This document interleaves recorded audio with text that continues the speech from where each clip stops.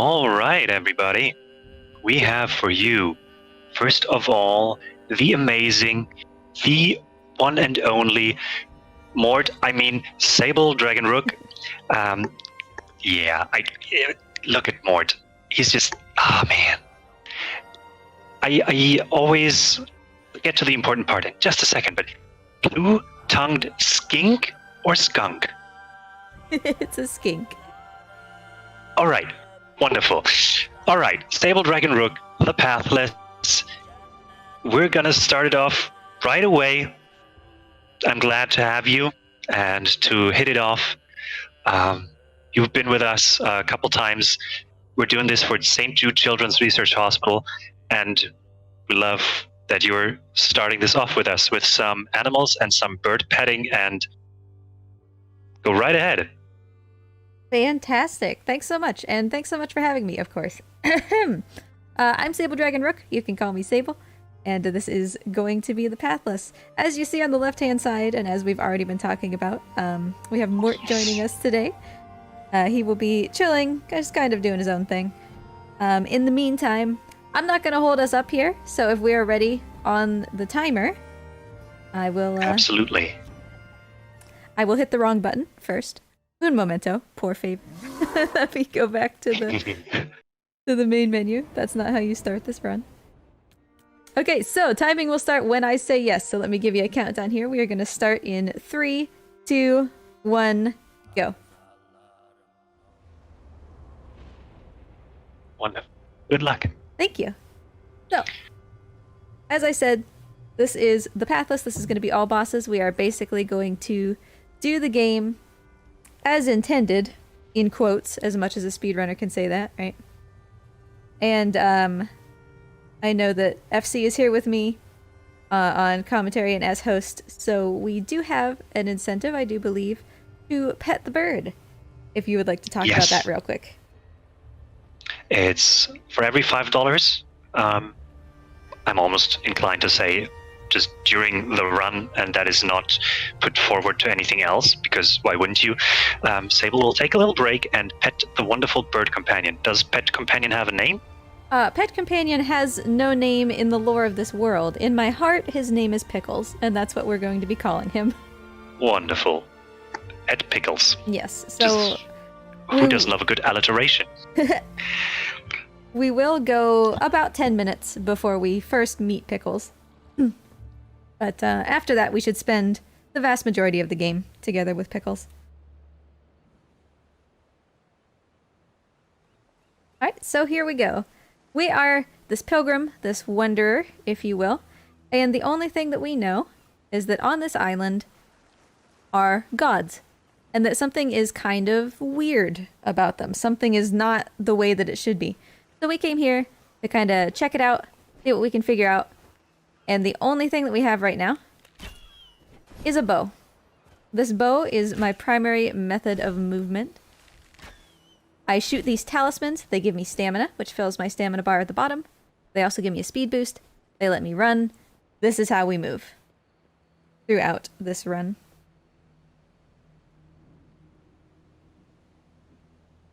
Zooming already.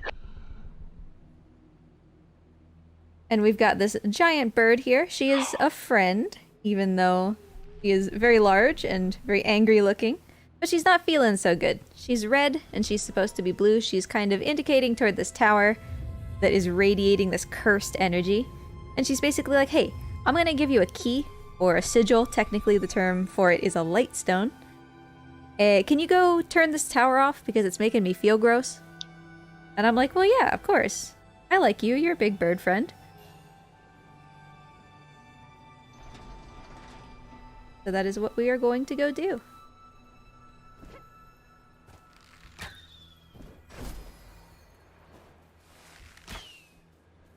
We will very briefly make a stop in this room to pick up a piece of tech that we basically will never use. For casual players, it's very important. It is just this visor. We can pull it down over our eyes, and it basically lets us see through walls. It lets us see... I don't know why my hair is directly in front of my face, but it lets us see objects even if they're obscured behind walls or trees or whatever. and it's meant to help us find our way, but mostly what we'll be using it to do is to move through those blue walls, like you just saw. And the reason we don't really use it is because you can't run while you have the visor on, and this is a speed run. It's literally in the name. We should probably be running.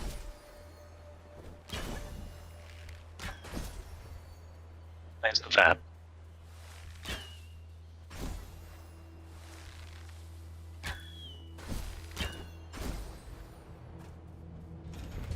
Whoa. So, herein is sorry, the premise of the game. We've got these sigils or these light stones. We're going to be collecting them so that we can turn off towers. We turn off towers to make the gods who are sick feel better. And once we've turned on enough towers in each area, the gods will start to be purified, and that will give us an opportunity to fight them and finish removing the curse from them. Those are the bosses in the all bosses title. And that's how every area goes. So stamina doesn't completely recharge once you hit a talisman, right? No. So it's very important to constantly be shooting, being, very careful and mindful of how much stamina we're using versus how close we are to a talisman that we can shoot. Do different maneuvers also use different amounts of stamina? Yes. So jump or something in the air? Right. So sometimes you will see me jump and hit a talisman in the air like that instead of hitting it on the ground. We can use a little bit less stamina if we hit one while we are already jumping, as opposed to hitting one while we're on the ground. And there are also different kinds of shots that we can do with the bow. Let me see. Hey, let me, I could do this. I got it. There we go. That was a trick shot. It's a half-charged shot. They are, as you might expect from that poor performance, very hard. But we will occasionally be attempting trick shots later. We'll talk a little bit about that later, once we've met Pickles, because Pickles is the reason that we do trick shots. For right now, they're not important.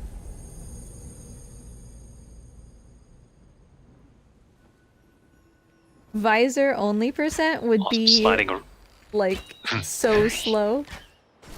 But I'm a sucker for memes. It sounds fun. Sliding looks fun. Is that anything special? Does it help? Sliding is... Because it looks like drifting. Yeah, it's like kind of like drifting. It's, at the beginning of a slide, it's fine to do. The longer you slide, the slower you go, but you still use stamina. So sliding is just kind of the intermediary stage between drawing your bow and shooting the arrow. So you don't want to slide for too long. You can help it. Every now and then I will slide for quite a while just so that I can get around a tree to make sure that I don't hit the tree instead of the talisman.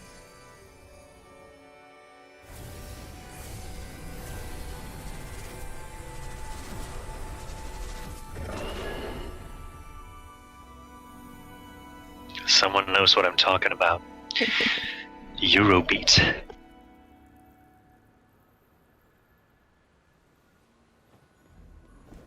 So we have accomplished what we needed to accomplish here. Basically, and as I said, this is the premise of the entire run. Every area has a god that is sick, and 3 towers that are outputting this cursed or corrupted energy. We go, we solve puzzles to collect the sigils that are required to convert the towers back to good energy. And once that's done, the towers will resonate with the big creature to help to purify it. So she's feeling a lot better now.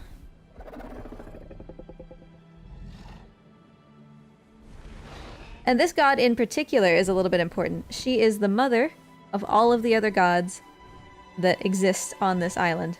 For story purposes, that will be kind of important. Mother bird. So there's an example of intentionally jumping into the air to reduce some stamina cost. I'm also going to toggle this mask a couple times, even though we can't run while we're using it. If I don't use the mask enough by a certain point, the game will kind of like low-key soft lock. It won't let you acquire a skill that you need to acquire in order to progress.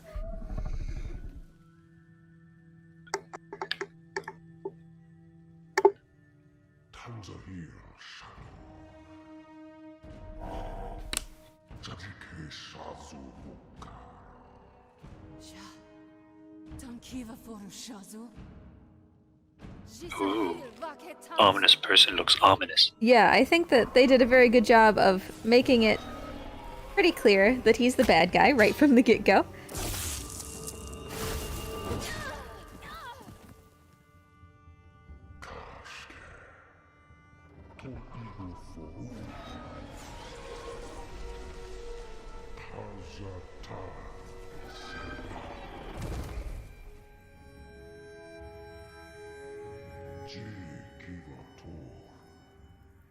Oh no.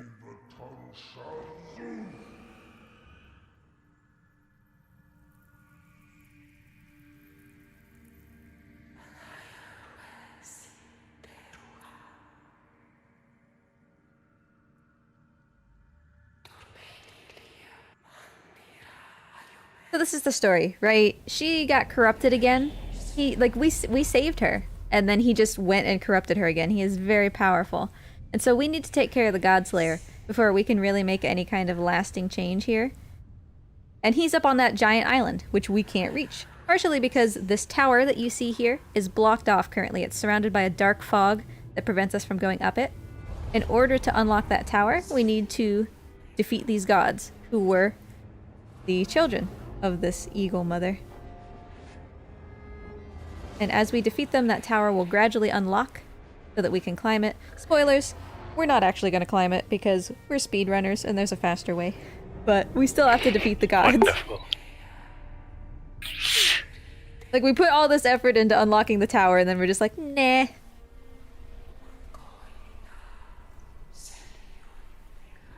Just to prove it can be done without.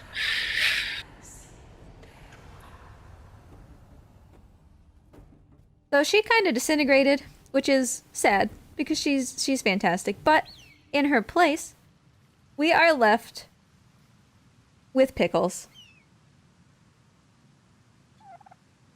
And so for the rest of the run, Pickles is going to be my companion here. $5 gets you a good tummy rub for Pickles.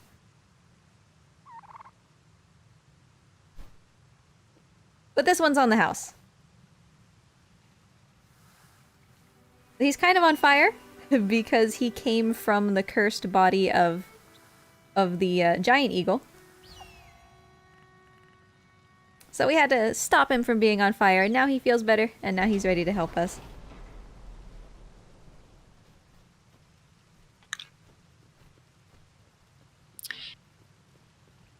And you may do the same thing once more, because in all caps, Anonymous gave $5 and said, "Pet the bird." Absolutely. I will pet the bird with great joy. Come here, buddy. Gotta get those tummy rubs. Always gotta get the tummy rubs. Caw, he says. Boing, boing, boing, as he walks behind me. Aww. Happy burp.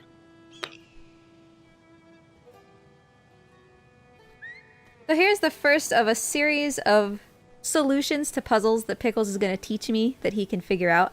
He's a very smart burb, and he's a very strong burb. So he can help me solve a lot of puzzles that I can't necessarily solve on my own. One of the things that he can do, as you saw, is pick up weights and carry them to the place that I tell him to put them. And that will help us solve these pressure plate puzzles. Because I guess he's not heavy enough to stand on these himself. So we have to have the weights, right? Later on, he will teach me some more things that he can do as well.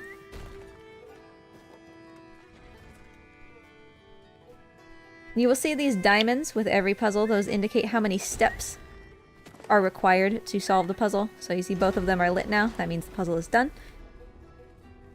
And we are also going to see a statue of the Godslayer here. The Godslayer was the spooky guy that we just met. Pickles, naturally, is terrified of him because he did kind of just disintegrate the giant eagle that Pickles came from, so that's fair. As long as Pickles sees one of these statues, he will not help me. He will be well too afraid to do anything, so I'm going to need to solve any of those puzzles on my own. But as soon as I can turn the statue off, which is very simple here because this is a tutorial, he'll be back to normal and he'll be more than willing to help me. And we'll quickly teleport him through a wall to get him that weight.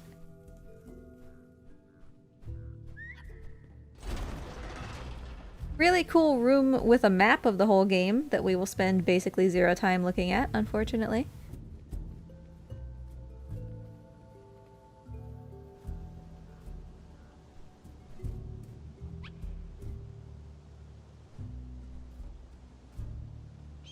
And now the last thing that Pickles is teaching me here is that he can actually carry me. He is a very strong bird. And so that will almost complete the movement that we're going to acquire in this game. I will need him quite a lot to help me with gliding and flapping around.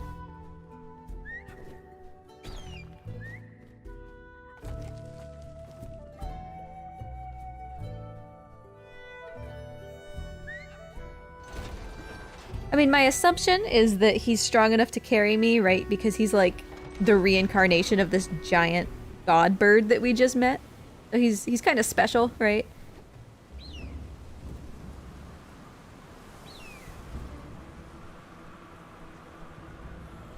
Alright, so with this, we leave our little tutorial island and head to the mainland. You can see up in the top there, that tower is where we're trying to go to get up onto the island in the sky. In order to do that, we first need to go to where those 2 bird statues are.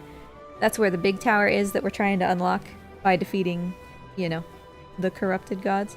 If you were doing any percent, you would just be running up this snowy mountain on the right for like 15 minutes. And that would eventually actually let you get all the way to the top. And you wouldn't have to fight any except for the final boss. Because you skipped the tower. And, you know, mostly I'm just a dingus and couldn't even make that jump, so let's try that again. There we go.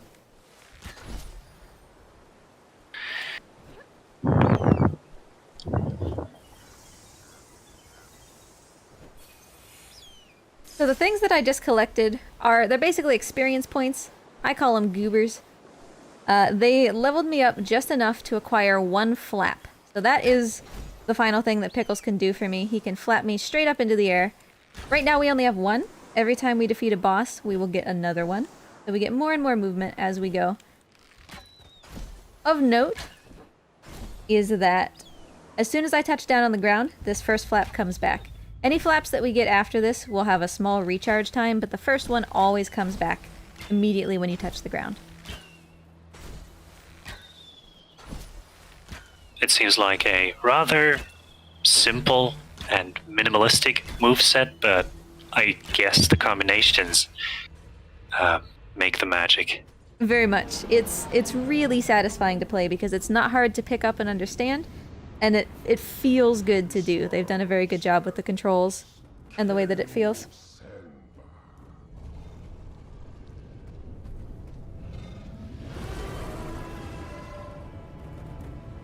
So this is our first boss. This is going to be Cernos. He, just like the Eagle Mother, is not feeling so good. He's a little bit cursed right now. And just as we did before, we are going to get a couple sigils to convert his towers back to pure energy. And in this case, and going forward, converting them to good energy, clearing them of the curse, is going to let us reveal the weaknesses of the boss that we're currently dealing with. Once those weaknesses are revealed, we can chase him down, shoot him in the weaknesses with our bow, knock him down, and fight him to hopefully make him feel better. So it's a little bit more nuanced now than it was with the eagle. But it will all make sense, I promise.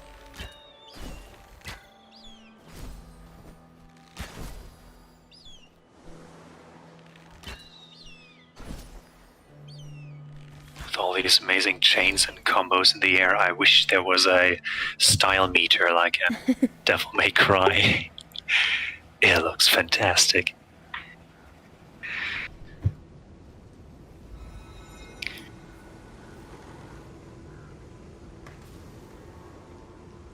We are clearing out our first tower here, and you may notice in the background one new aspect, now that we're out of the tutorial area, this giant red cloud. Giant red cloud is, how shall I say, a goober? Giant red cloud will chase me, and being chased by the giant red cloud is bad. Ceranos, or whatever god we're facing at this, at the particular time, is inside the cloud. And he's grumpy that we're here, and he will chase me. If he finds me, we will initiate a stealth sequence where Pickles will get blown away from me, and I need to go and find him. The problem with that is that, as with most stealth sequences, they take a long time. Even if I just allow myself to get caught real quick at the beginning, it still takes a long time to do that stealth sequence. So we're going to be avoiding this cloud at all costs. Never, ever want to get caught by the cloud. One of the best ways to do that... Did I actually get this sigil? There we go.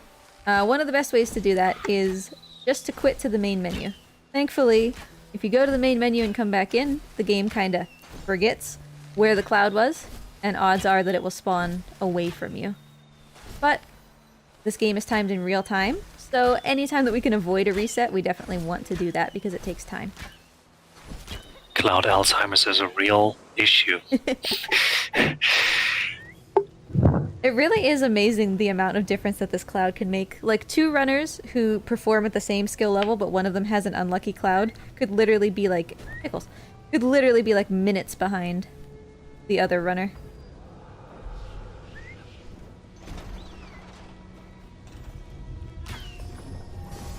So the puzzle that I just completed was a hoop puzzle. It requires us to shoot through hoops to a target. The number of hoops required to shoot through in order to get the sigil is usually like posted above the puzzle. Oh, look who it is! Oh lord, he coming! I'm not gonna have a choice. I'm gonna have to reset, unfortunately. Once you've done that, I suggest you do what young Toonfish asked us to do. For another $5 for St. Jude, pet the burp, please. Absolutely. Pickles is gonna make out like a bandit here. He's gonna get so many belly rubs. Come here, buddy. Pet the birdo. If you pet him enough, or like fast enough, he starts to glow.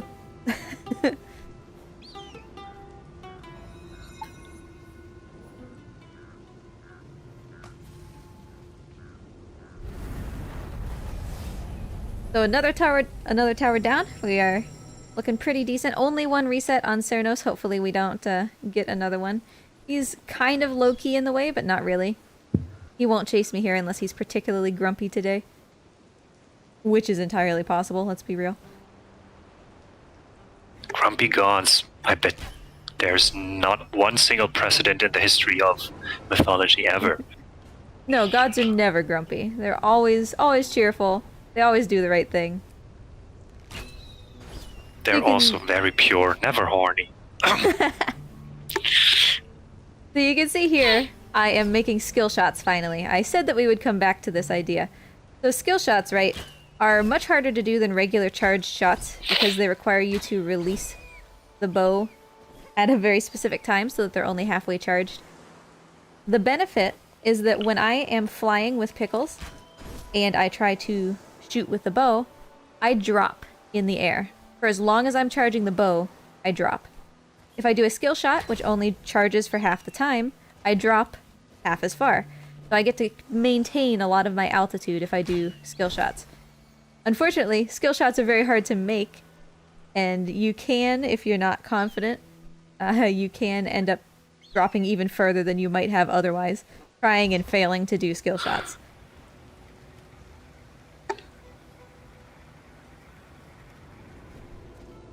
Alright, so here's the final tower. We will now be able to reveal Ceranos' weaknesses. And he's not gonna like that. He's gonna be like, oh no, my tender bits, they're exposed. I'm gonna run away. And so we're gonna chase him.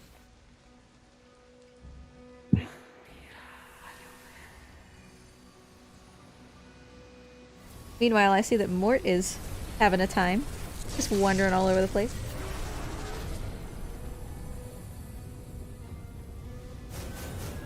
So we had it earlier for a second.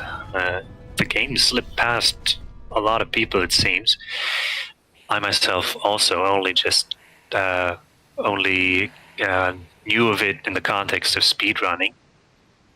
But it's another wonderful game by Giant Squid. They made Abzu. Yes.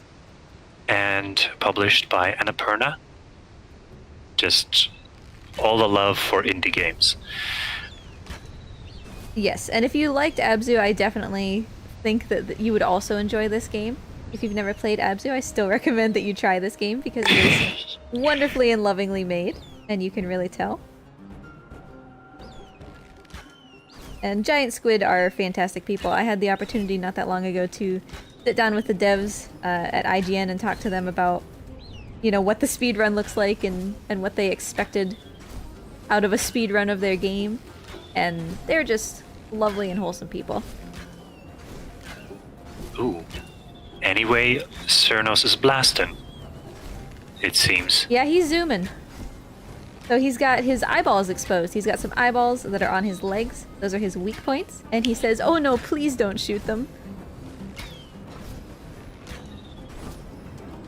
Hey, we're just here to help. So there is a little bit of a standard pacing for this. To some extent, I can't go faster than it lets me, but I can definitely go slower than is possible. So it's important that I do kind of keep pace with the fastest variation of this chase. And we're gonna take out these weak spots. It's not completely an auto-scroller, but a little bit. Exactly. It's like 50% an auto-scroller, and 50% just do whatever you want. I do need to be careful though, because it is possible to actually do this so fast that the camera gets very confused. It's almost like you run into an invisible wall and the camera just doesn't know how to deal with it. If that happens, which could happen during any chase, not just this one, I will suddenly lose the ability to go certain directions. It's impossible to know which ones until it happens. But obviously, that could include such important directions as forward. So we don't want that to happen, or it will suddenly become very hard to finish the chase. Where do health points or lives come into play? So that's do you actually just get knocked back? Right, that's a good question. We don't have a life bar. Any damage that we take is going to be taken to stamina, which, for the sake of a speedrun, is not good, right? Because I don't want my stamina to be drained. I don't want to slow down. In this next phase of the fight, now that we've knocked him down, if I get hit too much, even though I don't have a health bar, if I get hit too much, he'll completely knock me out of the arena and it will restart the fight. So, again, not something that we really want to do. But just because we don't have a health bar doesn't mean that we can just get hit all willy-nilly.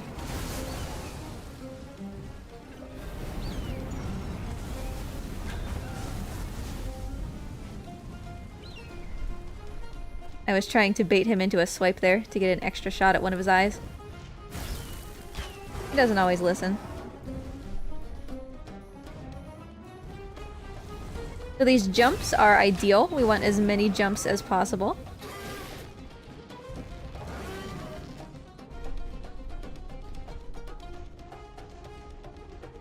And we want as few of these as possible, these fire shots from his horns. Not only because they take longer, but because it's harder to get around him and still have time for a shot.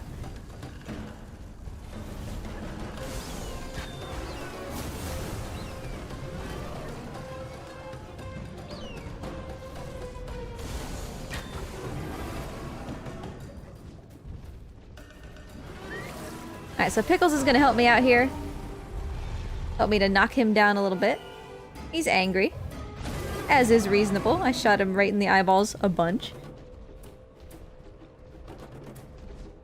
I will actually stand super close to him. At this point, it's fine to take hits, and sometimes it's even preferred. Because taking hits or having him swipe at me is the fastest way to progress this. Otherwise, he'll do that big long fireball attack again, which takes a lot more time.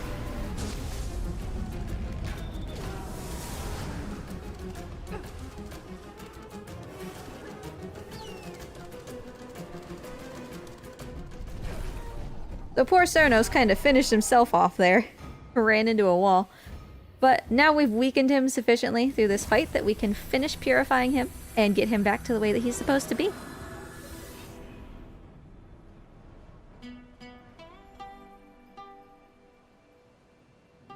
CJ all here, lording his authority over us and demanding Kuma.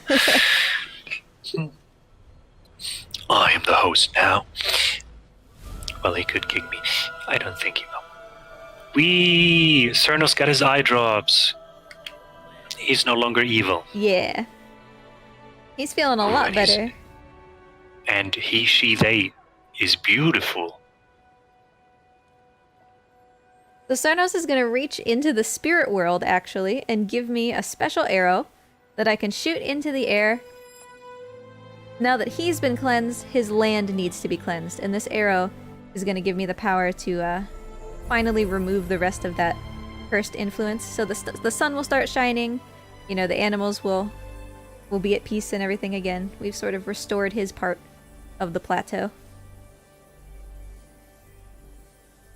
And it's actually, it's even more beautiful. Yeah, it's a beautiful game, and it's super cool because, unfortunately, we don't get to do it, but there is one category that gets to do it, as well as just if you play casually. Cernos is going to run away from me after this, but if you actually follow him, he will take you to where his physical body is, which, unfortunately, he was killed in the course of the Godslayer trying to, you know, achieve power. But he is massive. Like, his body takes up like a third of this entire plateau. You just can't see it until now.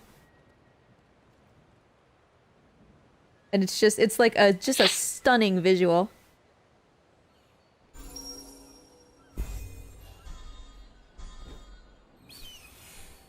So after every boss, we get a benefit in addition to this flap that always comes with defeating a boss. So now we have 2 flaps.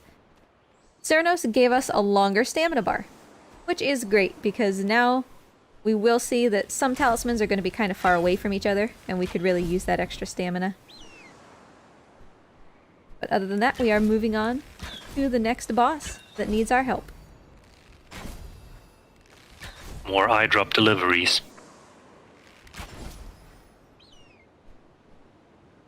And the bosses do all have different, like, variations of eyes and just kind of what they look like in general.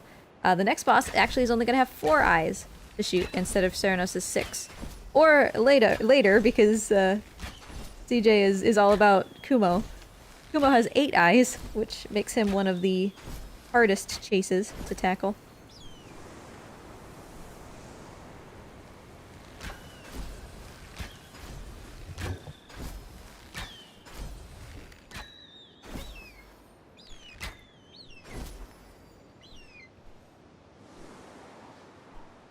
I am actually gonna kind of be a little strategic. Every time I run this, I try to just do a little testing here, because we still don't know.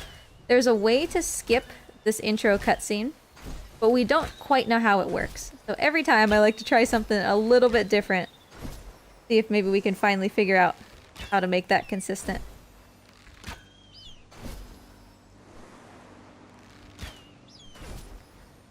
When the run is also automatically the skip finding. Yeah.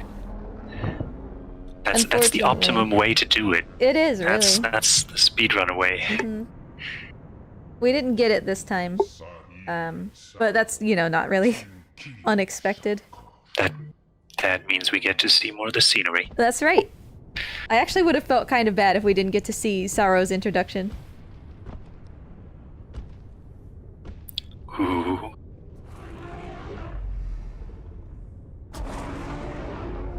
As you can see, he is entirely different from Cernos. They all look different, they all behave differently. The only thing that's the same is that all of them are kind of trolls when it comes to being inside that big red cloud. Is that a giraffe, a dragon, a brachiosaurus? I'm gonna call it a spicy giraffe. I can vibe with that.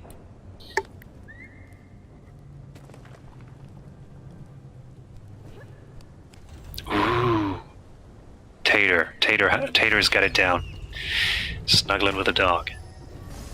That's the way to go. We appreciate animals here. more puzzles. So many puzzles. So actually, that's a good point. Now, towers are going to require 2 sigils in order to clear. So where before we only needed to put 1 sigil in each tower, we will need 2 for a total of 6. That means more puzzles per area. The little talismans recharge after a little while, right? The flaps recharge after a while. Oh boy. Tharo is right next to me. The flaps will recharge after a while. The talismans, which you can see on the bottom of the screen, are what I get to keep permanently from solving a puzzle like this one. He's coming. Buddy. Alright, I'm just gonna get as close as possible, cover as much ground before we have to reset.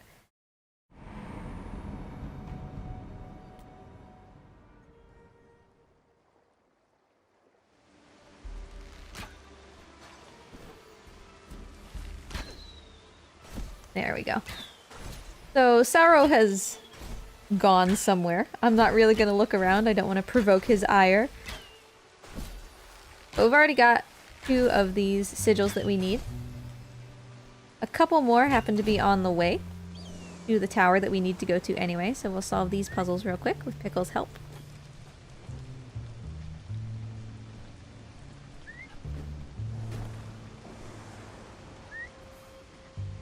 I really don't know where Sauro is. And that kind of freaks me out. He could just appear at any time.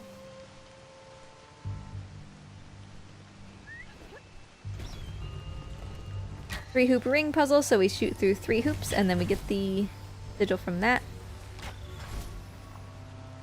It took me a little bit by surprise in talking to the devs. They did not know that you could leave a puzzle before the sigil, like, reached you and still get credit for it. So that very much took them by surprise to just see me walk away, and they're like, what are you doing?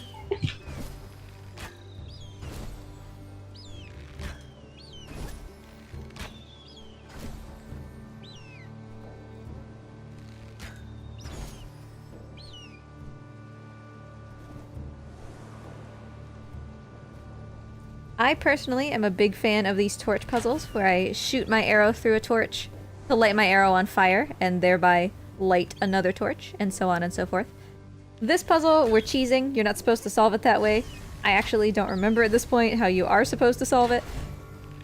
But it involves lighting a lot of torches in sequence, and ain't nobody got time for that. Also, I would like to point out that I managed somehow to hit this minuscule little tree instead of the talisman. It's just how good your aim really is. I gotta pace myself. Can't go too fast or I might intimidate people. Sauro is deciding that he wants to be all up in my business. He just moved over to there. We can get up fast enough, which I don't think we're going to be able to do. Might be able to dispel him. Oh, he's coming real fast. If we could have gotten to the top of this tower before he arrived, putting sigils or light stones in the tower causes the cloud to leave. Like, it will move. It will push the cloud away. So if we could have just hung on for a little bit longer, we wouldn't have needed that reset, but he was coming way too fast.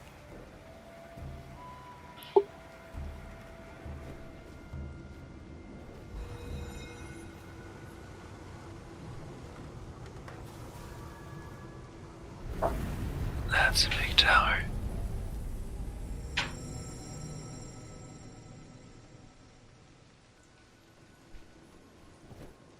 Alright, so we've still got 2 towers. Thankfully, Sauro is minding his own business behind me, which he almost never does for this particular section. Could not see that was a dumb way to try to get a skill shot. Can barely get skill shots when I'm looking, let alone when I'm not. But again, we do those skill shots because it prevents you from falling quite as far when you're in the air.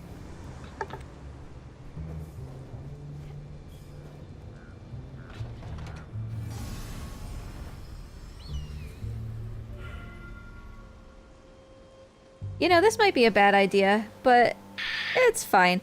I am gonna go a different way. A way that I've never been before, but I know in my heart it leads to the puzzle that I'm going to. And I think it's a little bit faster than the way that I was gonna go. Watch me get hopelessly lost now. It's alright. Estimates are just a suggestion anyway. Yeah, no, it's just like right up this hill. We cool. I just kind of wanted to go in more of a straight line than a slanty line. Probably saved myself a whopping 4 seconds or something there. That's almost half a reset.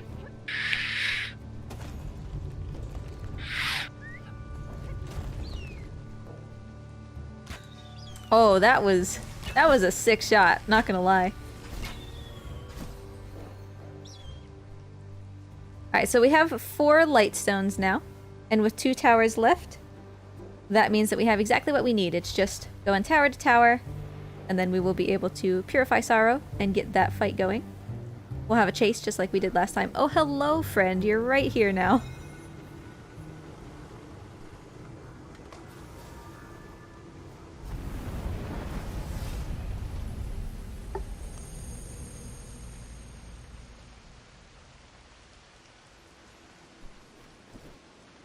So it's raining very heavily, and this is basically the only time that you will ever see speedrunners use this visor.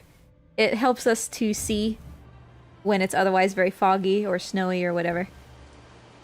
And I wanted to make sure that I was going in the right direction for the tower. Lots of big skeletons down there. The Godslayer was not kind as he came through this land. Speaking of the Godslayer, what's he up to, right? We saw him at the beginning and he was like, I'm gonna destroy all the gods and become a god myself. Why? Well, if you look at all into the lore of this game, which you typically get from items on the ground, talking to people's like spirits, you will get filled in about how the Godslayer believes that having all of these different gods and all of that is just very confusing. It's confusing to have multiple paths to salvation, as he puts it.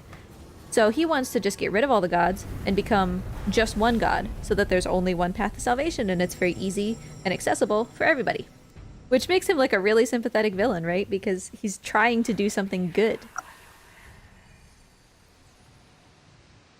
I don't know. I'm all for accessibility, but also having multiple ways to get to a good place can also be the accessible thing to do, right? Right. And as we confront more and more of what the Godslayer is doing in this world, that's basically where the name of the game, the Pathless, comes from. It's this war between, you know, is what the Godslayer is doing correct, or do people need to establish their own way, their own individual path that's right for them? But first, some milk for the spicy giraffe. Yeah, Spicy Giraffe is, he's had better days. He primarily has been not on fire, and that must be better than currently. So we're gonna try to make him not be on fire anymore.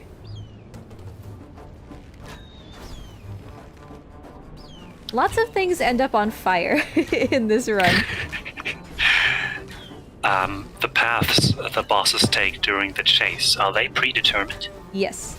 They will always take the same path, and they will roughly run at a certain speed relative to you.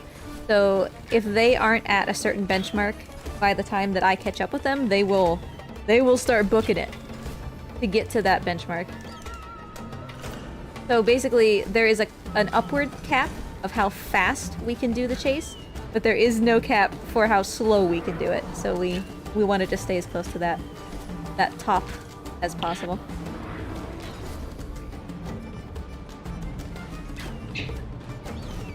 And any time that I take out half of the boss's vulnerabilities here during these chases, they will get faster. That always happens. There's nothing I can do about it. That's why he suddenly just like zoomed super far ahead. His fireballs, I tell you what, of all of the bosses and all of their chases, Sauro's fireballs are probably the most problematic. They're very hard to dodge. They have the shockwave and the actual fireball. and he will keep shooting them even when I'm past them. So they will eventually go out of my view, and I still have to dodge the shockwave, even though I can no longer see or hear it. You need to become one with the path, and the path needs to be with you. Ooh, The that was path close. of the speedrunner.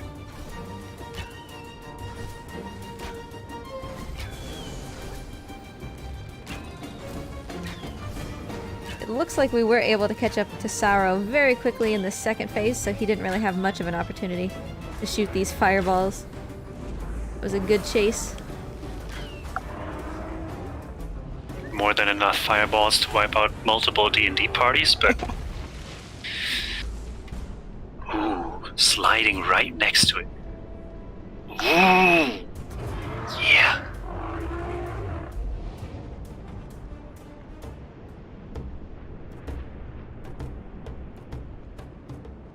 Oh, come on, mods. You mean to tell me that I can't gain 1 million followers in that manner? In chat? What are you talking about? Alright, so let's beat up Sauro in the most loving and friendly way possible. He's only got 4 vulnerabilities. Somehow that arrow missed. Don't ask me how. So unlike Ceranos, who was very, very aggressive, Sauro he's just kind of tromping. He's having generally kind of a bad time fighting me. He doesn't really know what to do. He's not really suited for fighting, right? He's just got, like, stick legs and a big old neck. Unlike Ceranos, who had, like, horns and claws and all that. So Sauro's like, look, I can't do this on my own. Hey, Godslayer, can you help me? Plot twist. And I thought that was already more than enough fire. He's putting on the heat.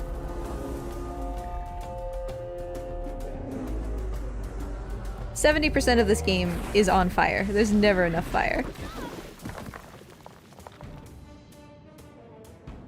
So unlike Ceranos, who we confronted directly, Sauro is going to be a stealth boss.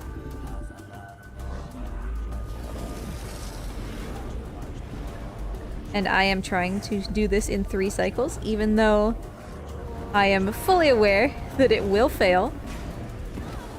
But you know, you gotta try anyway. You gotta be true to your heart. I want to believe that there's a way to do this without doing the final weight up here. It's always so close. I have to try.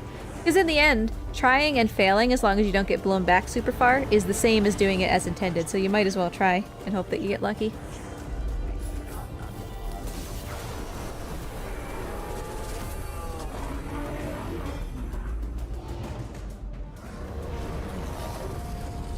Sometimes possible to one-cycle that room. We were just a smidge slow, so I didn't want to chance it. I am gonna get Pickles to grab this barricade up here and drag it towards me, so that I have a safe place to be.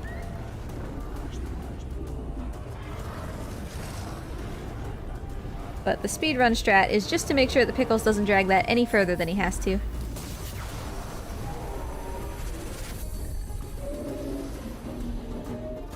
So we're cutting off all of Sauro's access to his uber fire, and he's getting a little grumpy about it. He needs to chill out.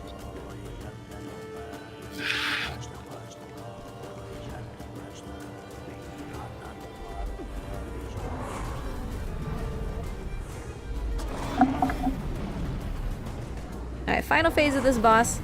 The last little jump in here is very spooky. We have very, very little time to get from this rock to this cauldron, but we made it just fine.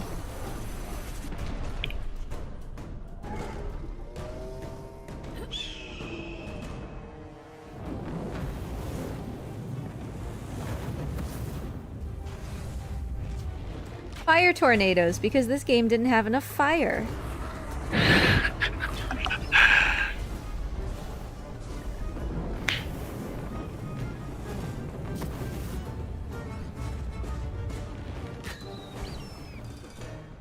Alright, and this has been a very decent final phase here.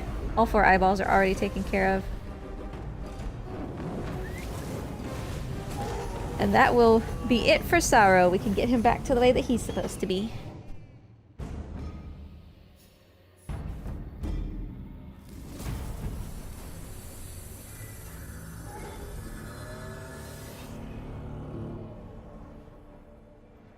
Theranos like the little campfire stove. Ah. So we already beat Sorrow, or Cernos, and we've just beaten Sorrow.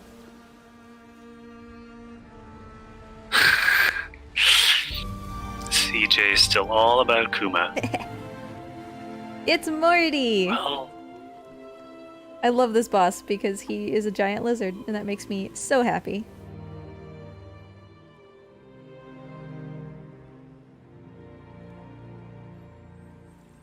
the big boss of all Komodo dragons.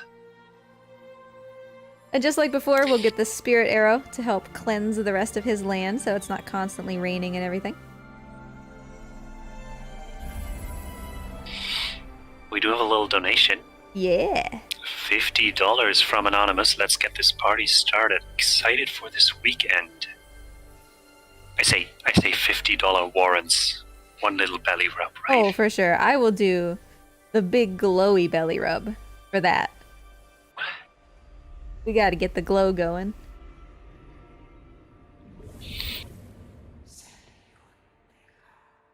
Alright, so one more boss and we will be able to make it up that tower. We are slowly but surely turning it off.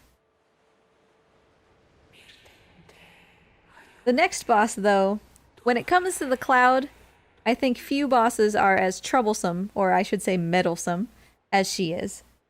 She always, I don't know, I guess you could say she's friendly. And she likes to be in your business all the time, 100% of the time. So hopefully we don't have 6 or 7 resets in that area. Come here, bud. Doesn't everyone have a friend like that? Alright. Gotta get that glow going. There we go. Glowy, glowy. Good job, buddy.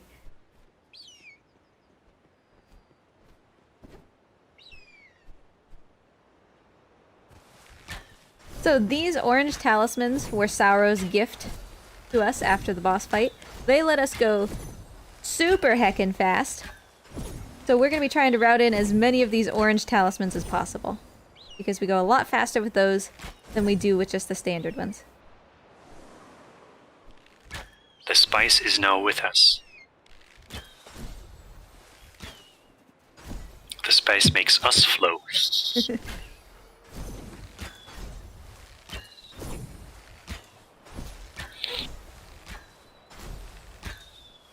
And I know that the world record holder, Azama, takes a slightly different path than this. But I'm not necessarily convinced that it's worth it for the extra level of difficulty. I do believe Azama actually makes it up to the next plateau without ever using the whirlwind. Which is entirely possible, but if you mess up, that's basically it. You're done. So we're going to be going this way for some safety.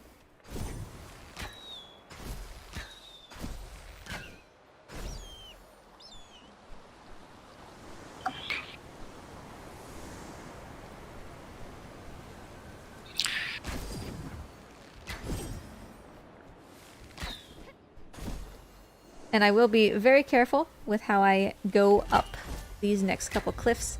I don't want to trigger the cutscene for the boss too early. Which typically, you know, the boss cutscenes are triggered by touching down after a certain point in the new area, which is how we are currently working on being able to skip them. We know that Sauro's is skippable. I think that I was the first to skip Sauro's, and I believe Azama was the first to skip Kumo. So they should all be skippable. We're just not entirely sure why. So for now, I'm just trying to make it as far into this place as possible before we get the scene.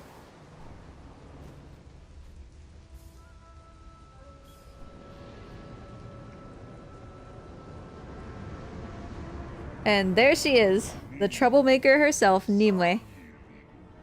I think we will have more resets here than the other 2 plateaus combined.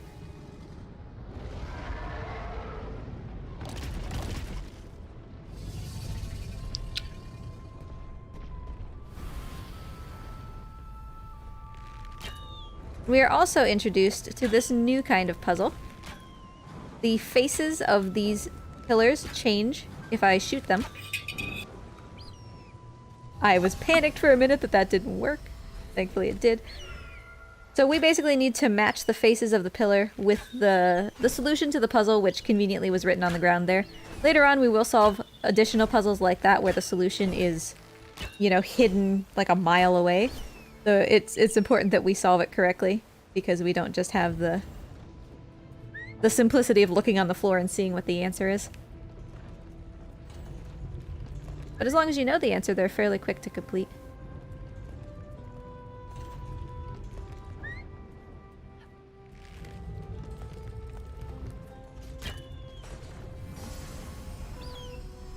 And same as before, we will need 2 sigils per tower in order to turn them off. I hit a rock instead of a talisman.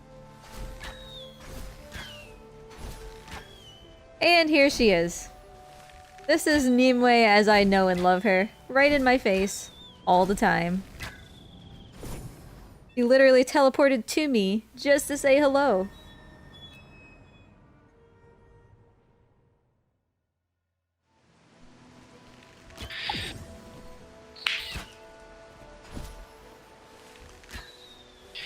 Greetings from Nimue instead of from Germany. Yeah.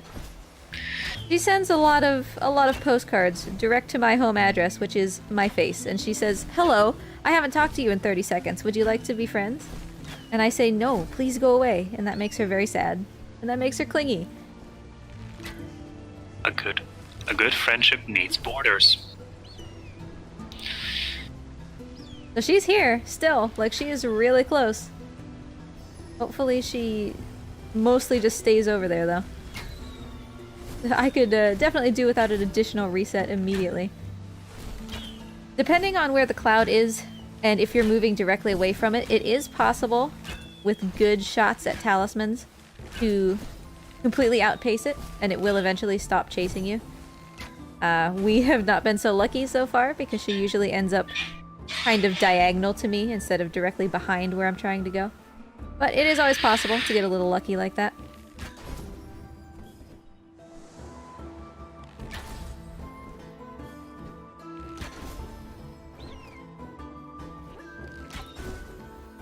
Needed a little boost from that talisman to make sure I could get up here. But we do have a pretty simple series of puzzles here. Very relaxing.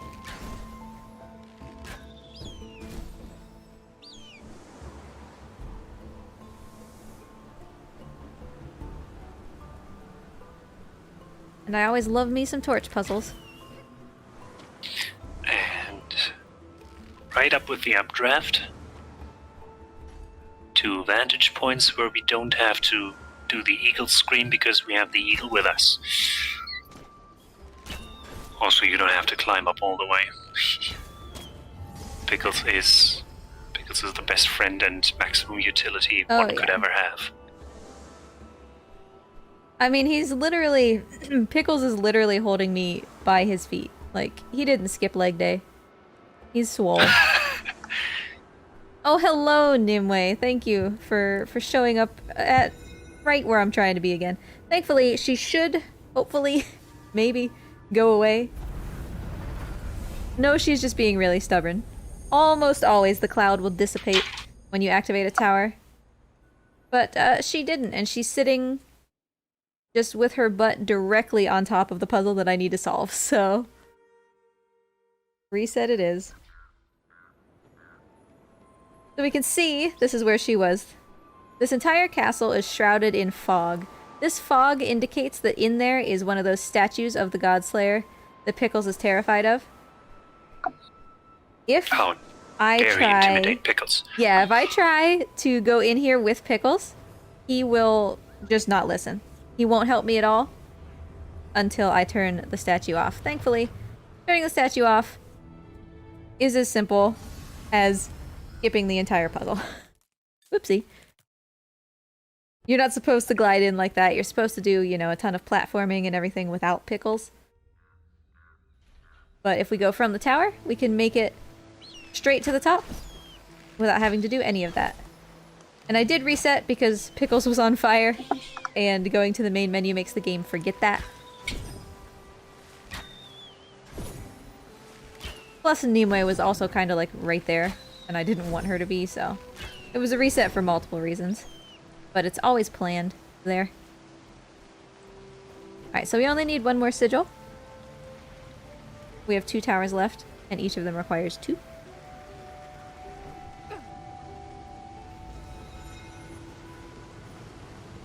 A little shout out to the minimalistic UI.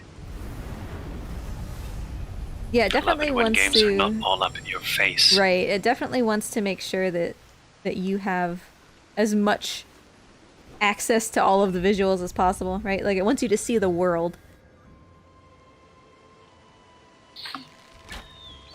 Who wouldn't? It's a beautiful world. Minus the fire. Well, it's beautiful fire as well, but there's quite a lot of it, I suppose you could say. And she's all the way over there. Hopefully she will not bother me. She tends to be pretty calm while I'm solving this puzzle. So hopefully she just kind of minds her own business. Once I am in a location, it's impossible for the boss to teleport directly on top of you, but they can come very close. And this will also be our first interaction with mirrors. Pickles can slide these mirrors along a track, and those will allow me to make shots sideways by glancing my arrow off of the mirror. And I love these puzzles to death, and I route in as many as I can.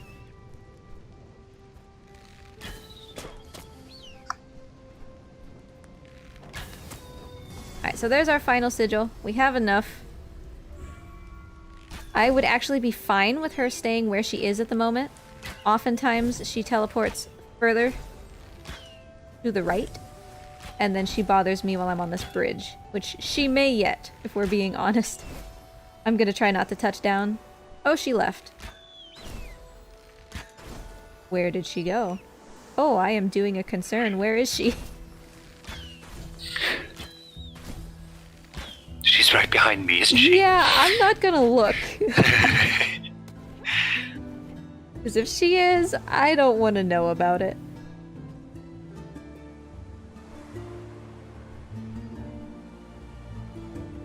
But yeah, it's very, very common to have a reset here. Oh, I can see that she's coming. You can see the red marks on the ground and the ashes in the air. Alright, I'm not looking. I'm not looking. I'm just gonna try to outrun her.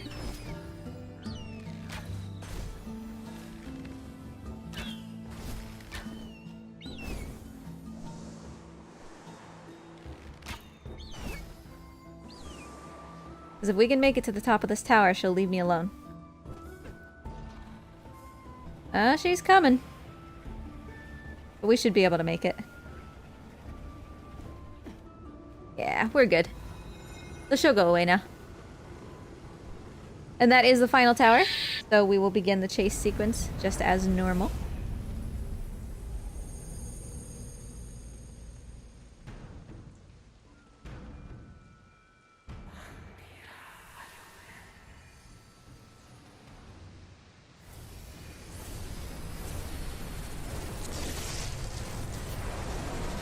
Nimue is definitely a chase where, once again, I am concerned about the camera. She only has 4 eyes, which is good.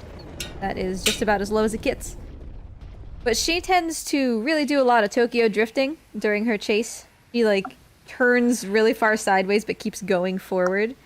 And that has a tendency to mess with the camera. We really don't want this camera glitch if we can help it.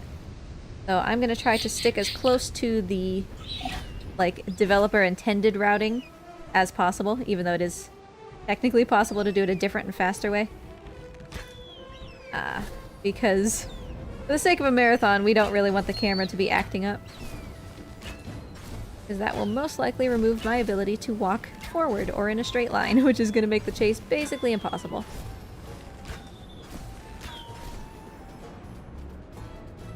CJ telling us Nimue Lizard Cerberus. And Quo told us he put out the fire, and again he's lying because I'm seeing a lot of fire here. Quo, stop lying. So what's Nimue for you? We had We had the spicy. We had who turned into Mort. We had our elk moose, whatever it was. I mean, spicy giraffe, I think, is the most obvious. There's no doubt that he's a spicy giraffe. I think with Nimue, yeah, I mean, Snake Cerberus is pretty on point. I've literally, until this moment though, never thought of a Hydra as a Cerberus, and that's literally exactly what it is. Sneaky. With all the fire, the category of danger noodle definitely fits. Oh yes.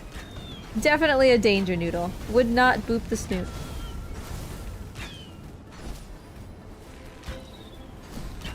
Her fireballs, though, for all the more that the rest of her is dangerous, are not that bad. Her fireballs are very easy to avoid. She's drifting, They lack though. the spice. No spice melange here to be found. She's like medium spicy. Zaro was like... What's that Diablo sauce from Taco Bell? He's some Diablo sauce, and she's more of just a nice mild sauce. Shu says always boot the snoot. Yeah, well, there's a time and place for that, and it's not right now. And Grace, if you want to boop anyway, come in here and do it yourself. You're a strong, independent woman who need no snoot booper. Look at Mort. Boop Mort's snoot. I think I will boop the snoot, though. I'll do it with arrows instead of with my bare hands. Because he's still kind of on fire.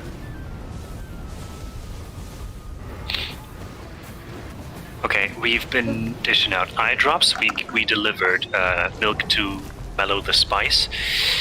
Lizard snake needs some soft tipped Q-tip style arrows for booping, snoot booping, I mean, multi snoot booping even. We don't want to hurt him. We just want to boop him. Forcefully, but lovingly. Pickles, meanwhile, got maunched. Sorry, Pickles.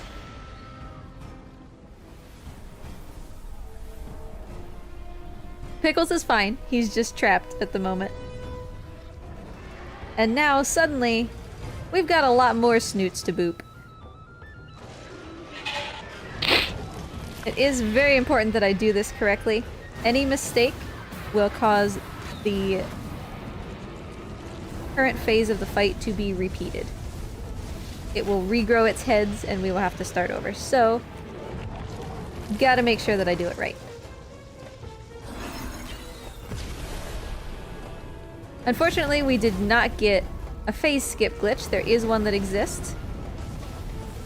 This will be a chase. It is possible to entirely skip this phase of the fight, where it has 8 heads and is attacking you. But the game just kind of does it. We're not entirely sure why. We have some inklings, and Azama can get it to work pretty consistently, but for some reason I do the same thing and I can't, so we're not entirely sure why it does or does not work. And it didn't here, so we did have to do the entire fight as intended. So Pickles got yeeted off to the side. Yep. Oh. No love for Pickles from Nimue. And the floor is suddenly lava as well, so Pickles is kind of in trouble. I don't think that Nimue liked the boops. Too sensitive snoot. And spiky. Isn't there like that little like unconfirmed piece of mythology that like only one of Cerberus's heads likes to be petted and the other two are really grumpy if you try to pet them? Maybe we booped the wrong heads. We do have Hades on the schedule, I think, and yes, you can pet the dog. Yep. Grace will hopefully pet the dog, or I will make sure she does. Or I will donate so she will have to play Love and Polka 5 times in a row. I mean, you have to pet the dog. Pet the doggo. You have to.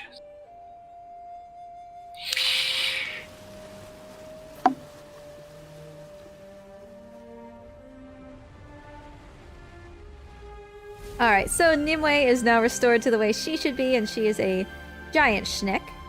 A little bit unsure at first, but she puts her hood down and realizes that we're a friend.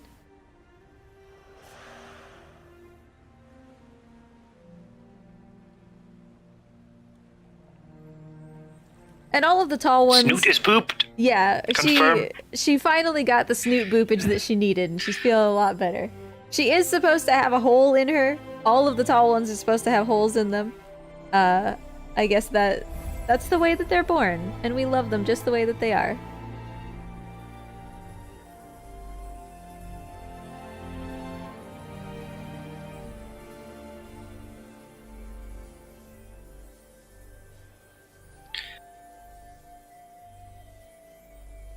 So at long last, we have unlocked this tower. The tower we have been trying to unlock for the entire game by defeating every boss up to this point. And now, as a speedrunner is wont to do, we're going to completely not do the tower and just go past it. And it's sad because the tower is actually really cool. First of all, Nimue is going to leave and she's going to go and have a great time just, you know, having fun out there. And her gift is going to be faster recharge for flapping, which is going to immediately come in useful. Our flaps now recharge almost instantly when we touch the ground, which is very great because we're going to need that for this tower skip that we are going to do. But the tower is really cool because you climb the tower, you go up this whirlwind, right? And at the top of the tower, you encounter the Godslayer. I'm telling you this because it's not actually going to happen. And I want you to know about it. You encounter the Godslayer up there, and you're like, hey, stop doing the thing. And he's like, no, I'm gonna do the thing. And you're like, no, I'm here to stop you. And then you fight him, and you realize that you are woefully unprepared to defeat the Godslayer, because he has spent his entire time in this land completing a great test, I guess you could say, that has awarded him the Sun Sword. The Sun Sword is basically the most powerful sword that's ever created. And you have no chance of defeating the Godslayer as long as he has the Sun Sword. And so you get thoroughly trounced at the top of this tower. And you realize, boy, we're going to need to come up with some sort of plan, or else we're going to stand no chance the next time that we face the Godslayer. And all of that happening is really, really cool. And the cutscene is awesome. But then, you know, we don't get to see it. So Because it's an unskippable cutscene, and unskippable cutscenes aren't fast. That's right. It's not only an unskippable cutscene, it's also an additional fight with the Godslayer that takes, you know, 5 minutes or something. So instead of going up this tower, I am going to be keeping my eye out on the right-hand side of this whirlwind at this mountain. There is a certain location on the mountain where you can kind of wedge yourself between the invisible wall pieces that make up the boundary that you're not supposed to go across. And so we will slide ourselves in between these pieces of the invisible wall. Like so. And now that we're up here, we can kind of roughly climb this mountain. If I use pickles right now, I will get pushed back outside the invisible wall, and I won't be able to come back in. So we need to be careful not to use pickles. These talismans are just auto-generated, so the fact that they're here doesn't mean that we're supposed to be here. It's just that the game registers this as an area that talismans could appear, and so it puts them here. Alright, so we should be right about here. We should be just about past that spooky invisible wall. Now we can use pickles. You can see that the tower is over there. That's where we would be doing battle with the Godslayer. But by climbing up this way, we entirely skip that cutscene trigger. And so we don't have to do any of that. With our superior knowledge of plot structure and that we are actually only in the second arc and need our thingamaboop. Yes, thingamajig. Yep, we need to acquire Whatever. something else first. Snoot boops. We did get snoot boops, but they were not enough to overpower the evil eye drops. And so now it has started to snow, and we are officially past the cutscene trigger. We have skipped our way into the next area of the game that we are not supposed to be in yet. And this will be the area for the final one of the Eagle Mother's children.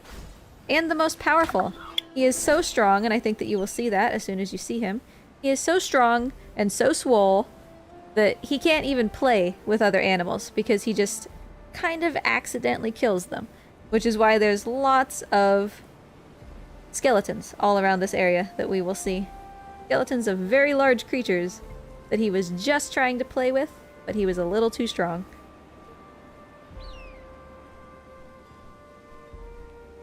It's like the tragedy of being faster. The tragedy of being faster than light is that you can only live in the darkness. That's so poetic. But with being big and playing with friends. It's a copy pasta, I think. But sometimes they do hold a shred of truth. It is Kumo! There you go, CJ.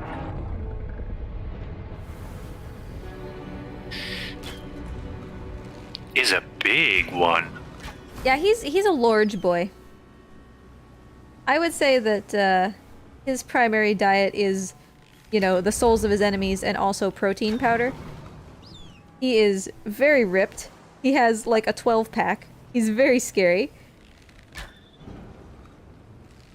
And he is going to be the final boss that we're working on. He is over in that cloud at the moment.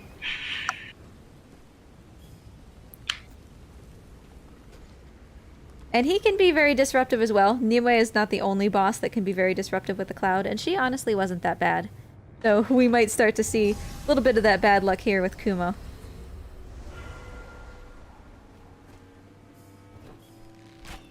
He is currently sitting right on top of the puzzle that I want to go and solve, but he tends to move pretty early.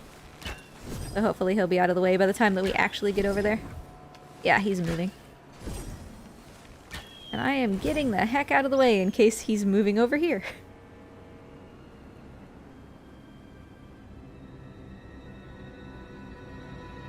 Okay, so he is actually chasing me. That's kind of a difference between Kumo and the rest of the bosses. Kumo will chase you from insanely far away. So I am going to try to solve this entire puzzle before he catches up to me. But you can actually see over there in the distance on that mountain is a giant skeleton of one of Kumo's friends who played with him and lived, or didn't, to regret it. Oh, he's showing up so fast, buddy. I'm not anywhere near you.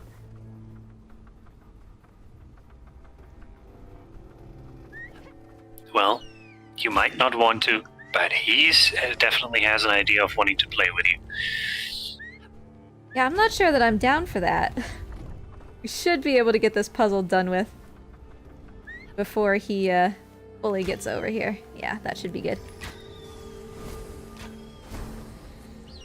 So we activated both of those hoops. And now hopefully he eventually gives up. Which it seems like he did. Because the ash in the air kind of went away. Yeah, I don't know why Pickles has to be the one who does that, right? Like, I don't know why Pickles has to be the one who moves the rings and stands on the platforms and everything. Like, I could do some of this myself.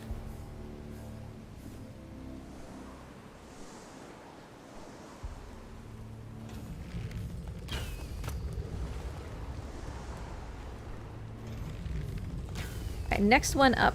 It's possible to get it on the first shot. It's just very, very rare. So I fully expect to get it on the second shot, which is what we did.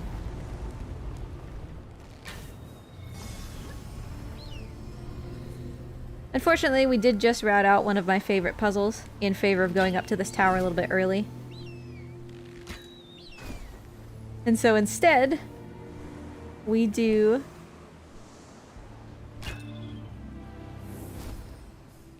That was a little bit weird. Instead, we do a castle that normally we would not even come close to in this run, in exchange for being able to do this tower early.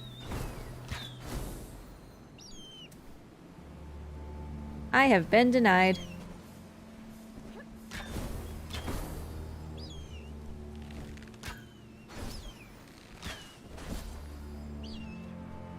Alright, one tower down. And we'll be heading to that spooky castle in the background next. As before, the castle has, you know, that big cloud of darkness around it, which means that Pickles is not going to be able to help me. He is going to be too afraid of the statue of the Godslayer that's in there. And that castle is definitely one of the hardest parts of the run. It's very physics-based, very momentum-based. And for all the more that this game is lovely and fantastic, and you should definitely try it, it can be a little bit slippy-slidey if you're trying to speedrun it. Part of what makes the movement feel so good is that it's so, like, freeform, and sometimes that can be hard to control, which makes this puzzle difficult in the context of a speedrun.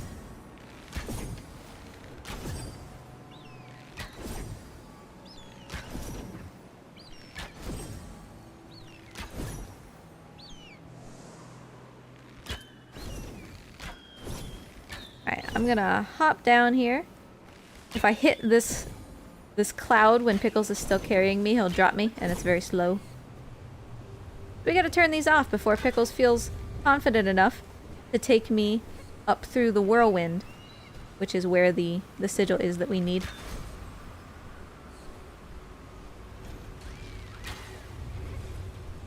So I will be using strategically placed talisman shots to give me exactly the momentum I need in exactly the right direction to solve this puzzle without any flaps.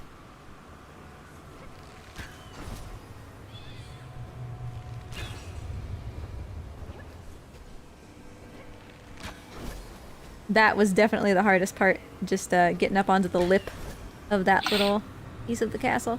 So now that we're in here, puzzle's basically done. That went very well.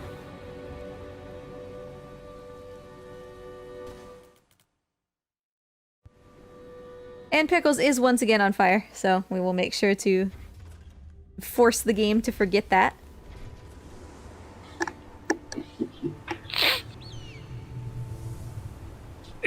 It's more like we remind Pickles that he's flame retardant. That's right. Pickles was never on fire. He was fine. More skeletons of more unfortunate creatures who had a run-in with Kumo.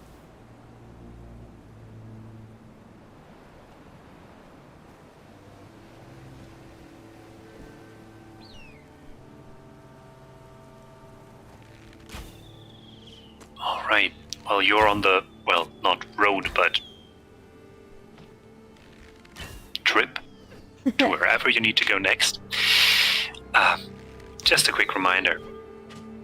We're Speed Dogs. We're hosting a launch party for all the amazing people who love, follow, watch, enjoy Speed Dogs. Yeah, she's on the path, right, Tater? And all the donations, all the proceeds will benefit St. Jude Children's Research Hospital. Some of you saw the ad at the beginning. We'll keep you reminded, but not too much, what good work they're doing in researching, preventing, and hopefully even curing cancer, or at least some forms of it. And yeah, doing what they can for children and their families, which is an amazing thing. So, anyone who wants to and can donate may feel free, but otherwise we're just happy to have you all here and have a wonderful weekend with the real Wind Waker video. No, this is not the 1st of April thing, but damn, Spider-Man Pizza Percent was amazing.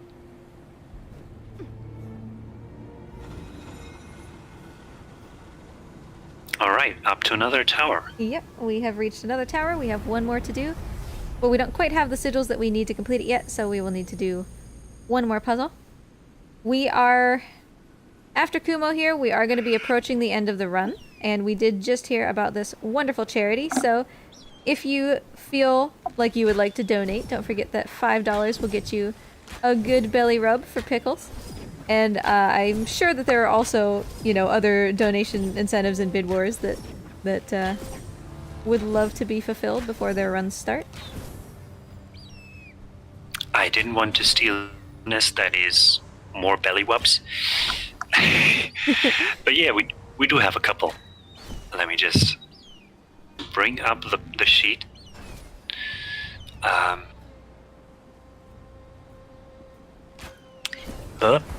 We have. Ooh, this is definitely going to be fun. Who's running Mario Kart 8? Let me look that up. Do you people want to make Quo enjoy his run even more later? Then you can donate a couple more dollars to make him turn items on the retro tracks on Mario Kart 8. It's $55 out of $200 there, and you have about 7 hours until we're up there.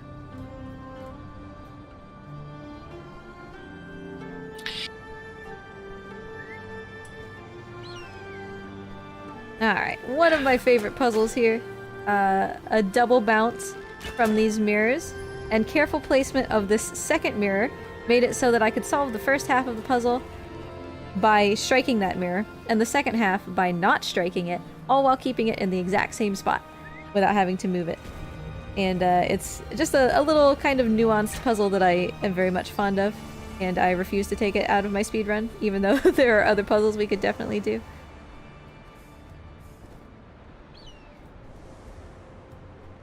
How many puzzles are there in total? So many. So many. So I took a little look at the leaderboard. There is no all puzzles run. There should be like true ending, right? Or something similar like that. That's basically all puzzles. Because in order to see... I was talking a little bit earlier about how if you follow the gods after you purify them, they'll take you to their skeleton. Yeah. In order to see that, you need to complete... Or rather, you need to gather all of their sigils, which means solving all of the puzzles. And once you do that, you can turn them all in, and then they'll come back and be like, hey, I want to show you something.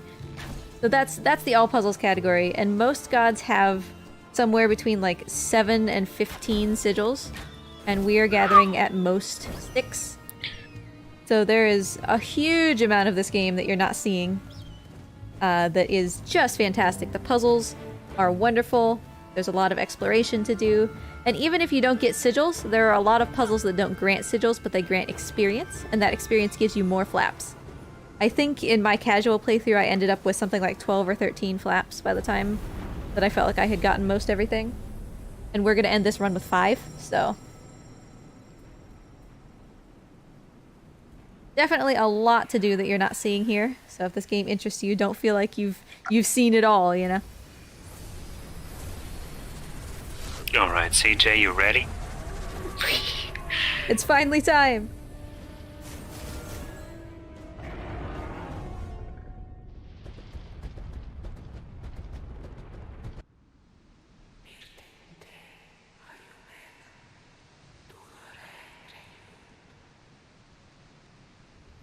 So as per his exceptionally thickness, Kumo has the most eyeballs of anybody. He has 8 weak points. That is a lot to handle during a chase. He is also very fast, and the fireballs that he will shoot in the second phase of his chase are very hard to avoid because the land is very mountainous, and so you don't really get much of a tell about where those fireballs are going to be until they're already hitting you in the face. I very much like Kumo's chase, but it is certainly challenging, and as always, we do have the risk of that camera glitch if things go a little bit wonky.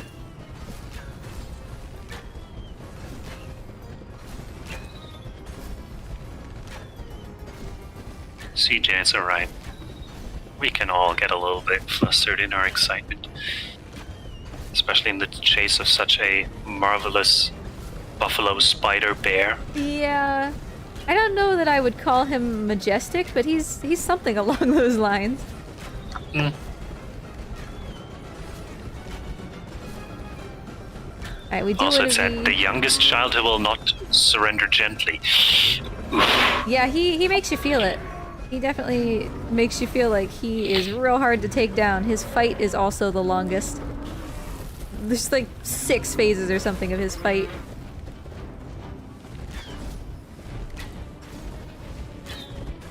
Well, at least the arrows aim somewhat automatically. Yes, that makes things a lot better. This would be an entirely different, and I think probably less enjoyable game if it was manual aiming. Alright, so here's these fireballs. Coming into cramp my style. They are very hard to see because, you know, it's so mountainous that I often can't see these marks on the floor until I'm already standing in them.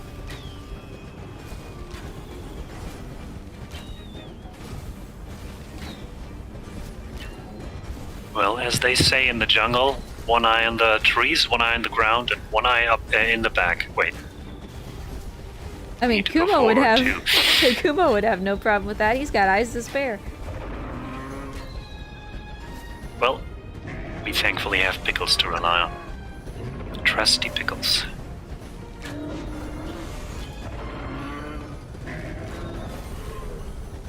Alright, this was a good chase.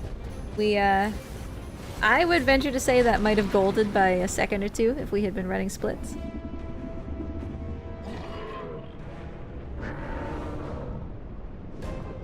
CJ actually makes a great point. It would be awesome to end this run with $100 donated, and we are getting to the end of the point where I can pet Pickles. So if you would like some Pickles belly rubs, make sure you get those in here in the next couple minutes before we lose that opportunity.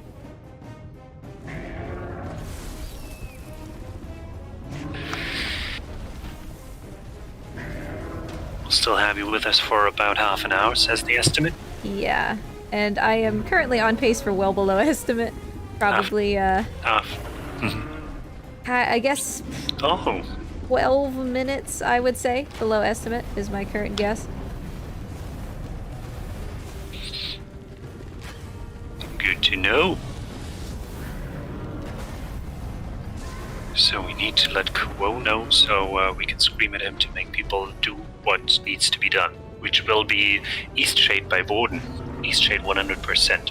100% only 1 hour? Well, that's either a very wonderful or a very broken game. I would be leaning towards broken. Sometimes it's even both. Yeah. Sometimes it can be both. A Pokemon Snap Race. Well.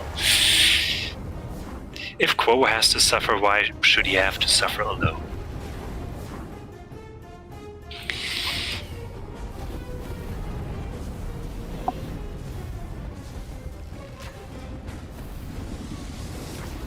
So normally, you know, we have already been through essentially 2 phases, 2 hits with Pickles on Kumo.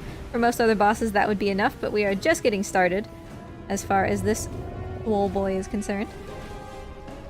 Oh, he's dishing out the fireworks for us. Whoa, that was weird.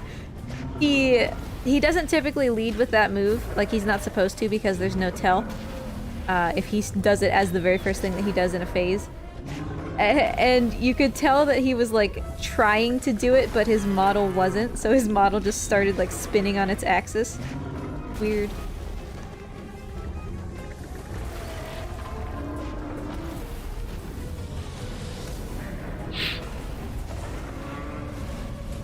So a 3rd hit on Kumo, still not enough.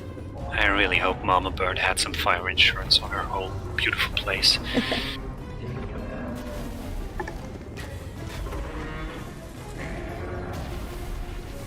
He is being kind of a troll with these slams. You can get through this entire fight with no additional slams, and he has given us 3. But that's alright. I'll forgive him. Oh, 4. Excuse me, 4. Buddy.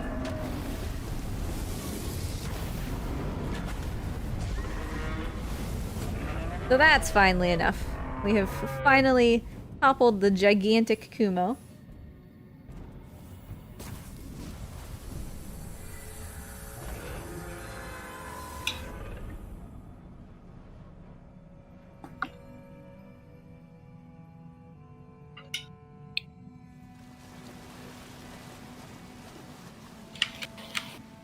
And now we're gonna get to see what he looks like for realsies. Which is a bear. And before he's an actual cuddle bug. Ooh, yeah. Yeah. And it's a little bit misleading, right? Because his name is Kumo, which is spider in Japanese. And he looks like a spider, right? He climbs on the wall. He has 8 legs. He has 8 eyes. And so you think, oh yeah, he's totally a spider. But he ends up being a bear, which is Kuma in Japanese. I think that they were trying to be a little bit sneaky. Bamboozling us, maybe even. Quite possibly. Alright, this will be the last call for Pickles Pets. We've got a couple more minutes in which I can do that. If you want to chip in $5 to give Pickles some belly rubs, now is your last chance.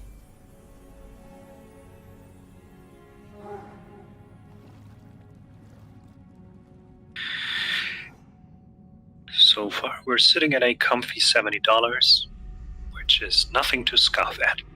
For sure. I mean, this event just started and we're already creeping up on 100. I would call that a success. Yep.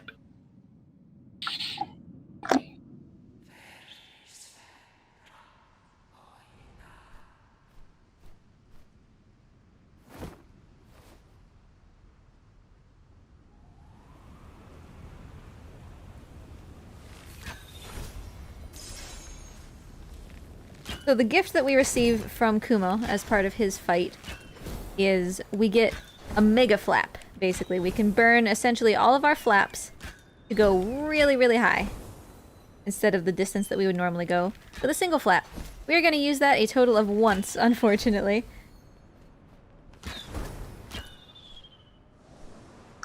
But it will be magnificent. It will be beautiful. Pickles will do a great job, I am sure.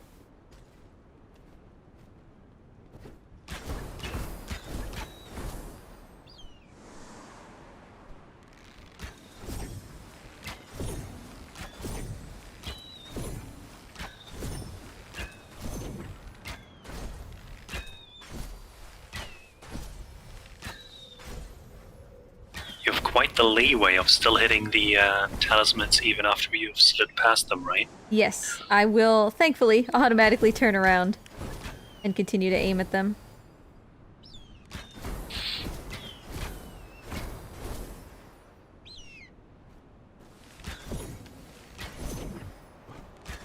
Alright, final ascent. We are finally going to be able to go up and confront the Godslayer on his giant flaming island.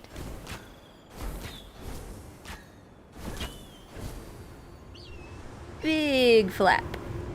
Just to get us the rest of the way to the top. And we are up here. Any final Pickles Pets? They need to be right now. I think one for good luck.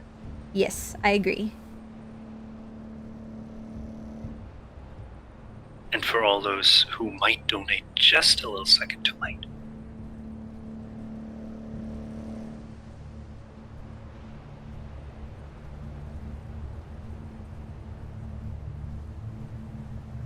Also, I appreciate that Mort has basically become just the epitome of cozy over there. He hasn't moved in like an hour.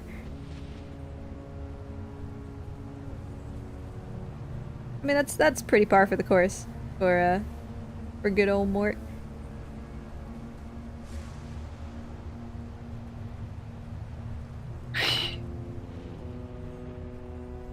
Alright, we'll get one more pet in here.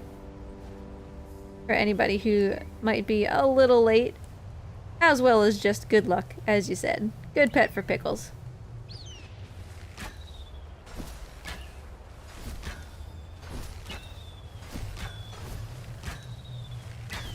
And you will see very shortly the reason why we will no longer be able to pet Pickles.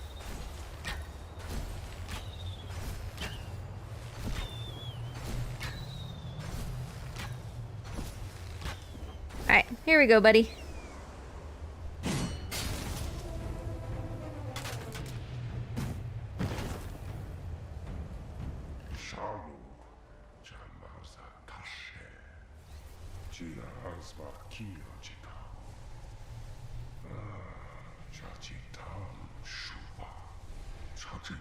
The Pickles' face here just gets me. He's not like in pain, he's just like, whoa, this is rad, bro.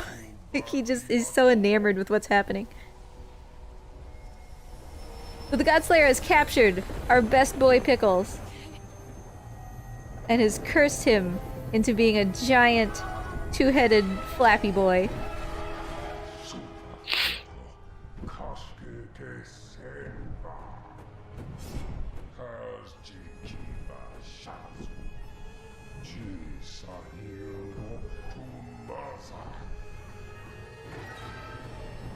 And this next section deals basically just with Pickles. It's a stealth section. We need to stay out of his view. There's a very specific way to do it in the context of a speedrun. So any of these shadowy areas underneath these rocks are going to be safe from Pickles. However, if you step into them, you will stumble. And that stumble takes a long time. But if we're careful, we can step into them and not stumble.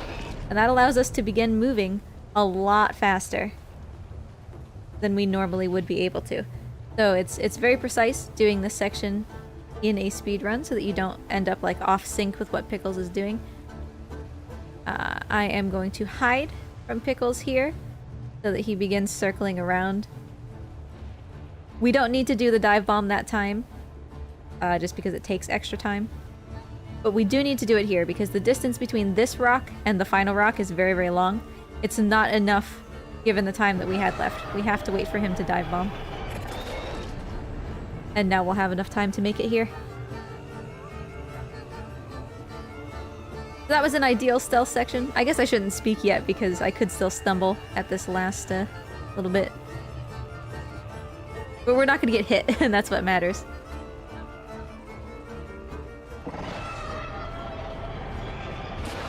And no stumble there, so yeah, that was essentially perfect. That was exactly what we wanted.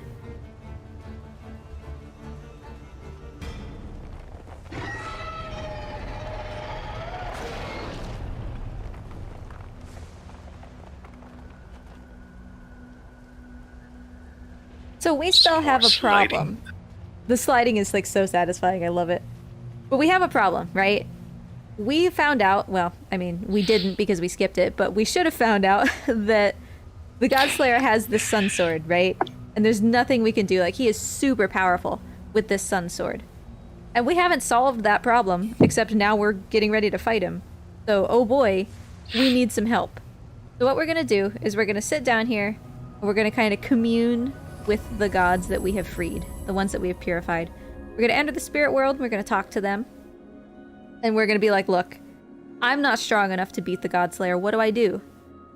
And they're gonna say, well, you know, you helped us, so here's a gift. And they are gonna give us the moon bow. As its name suggests, it is the weapon created to be able to stand up to the sun sword.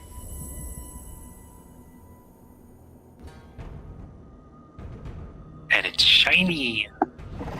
Moonbow is rad. I love Moonbow. The arrows from the Moonbow arc, so if I miss, they'll actually circle back around and hit the Godslayer anyway. Fantastic. It just feels real good. Auto aim leveled up, and Soldier 86 or whatever his name was from Overwatch would like to know our secret. More about paths, right? Your path ends here, because that's what he's about. Alright, so we get Godslayer fight. Naturally, he is the final boss of the game. He's what we've been working for this entire time. Pickles can be problematic. Pickles is going to attack me from time to time. If Pickles hits me, it can and will yeet me out of the arena entirely. Just like with the other bosses, if I leave the arena for whatever reason, it will restart that phase of the boss battle, which, you know, these phases are pretty long. We really don't want to be doing that. So we need to be very, very careful of Pickles. That's probably where a bit of the extra to the estimate comes into play. Yeah, I got a world record once at a marathon, and the time still could have been improved by about 45 seconds because I got knocked out of the arena. It's really a massive time loss for almost no reason. Pickles was just kind of being a jerk that day. Not enough belly rubs. Yeah, I didn't rub the belly that time, I don't believe, so that was probably the issue. So there's one hit from Pickles already.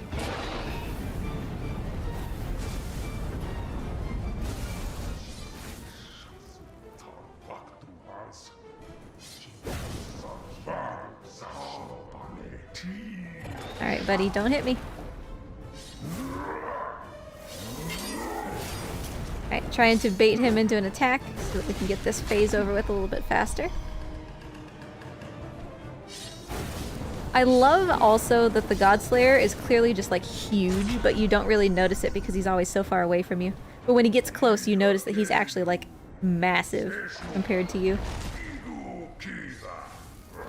He also didn't skip any workouts. I think fitness is a high priority in this realm. I don't think we've seen a single entity that wasn't just like super ripped. Hi, buddy.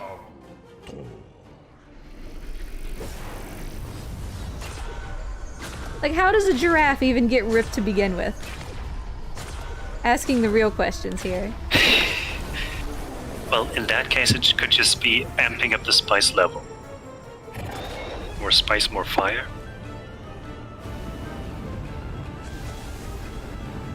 Yep. Second hit. Maybe all this is a cautionary tale to not go too hard on the Indian or Thai dish spicy level if you're not used to it.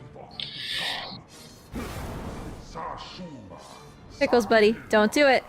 Don't do it, my now man. This has become Fury / a rhythm game.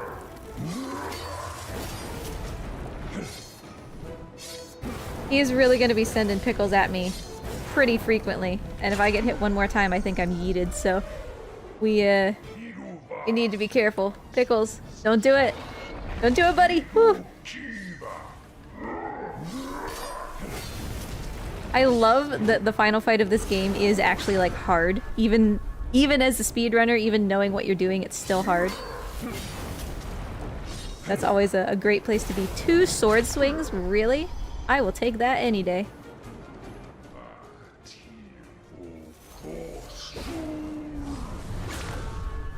Whoops. I missed. So each time, right, he's drawing in power, he's trying to ascend. And I'm still not able to stop him, you know? He's still succeeding, despite my moonbow.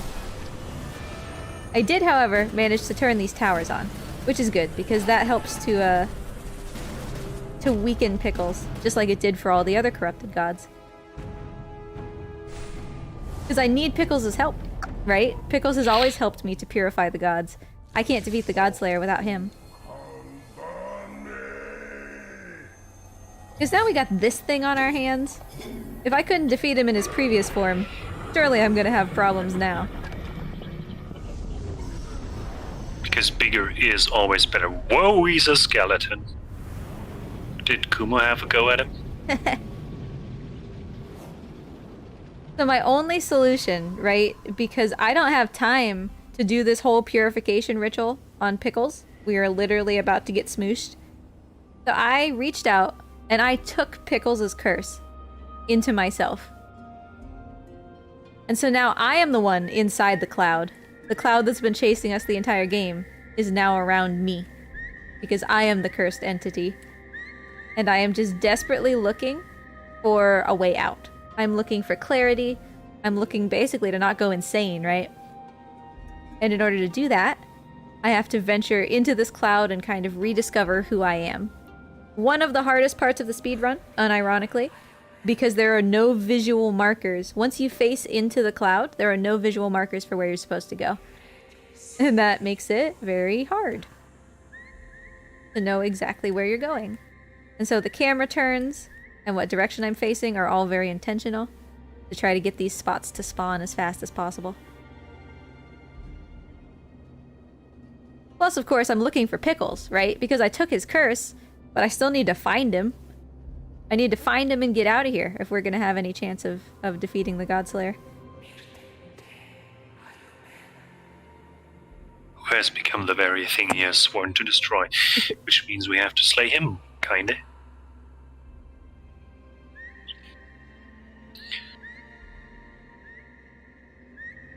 That was a pretty good lineup.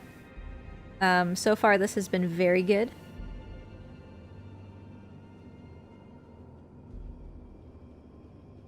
We're getting some much needed love and affirmation. Some DLC. That should get you out of the fog.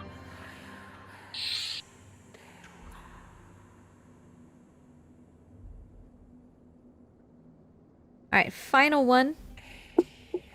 We have kind of remembered who we are, and now we just need to find Pickles. And perfect. That was a perfect lineup. We are headed directly for him. But this moonbow, it's just not enough. We need to do something else. Or we're never going to stand a chance against the Godslayer.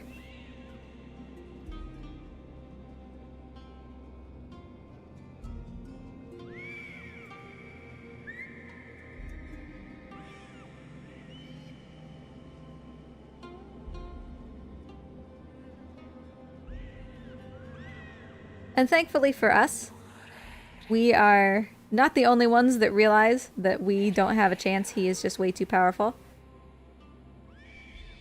So we found Pickles. He's step number 1, and we are reunited. The cloud has dissipated. We're still cursed, but we're at least, like, aware of ourselves now. And all of the rest of the gods that we have saved this entire time are going to merge themselves with our bow, give us their power, so that we're as strong as we possibly can be. We're gonna do this Thankfully, together. Pickles didn't reset so he could evade the cloud.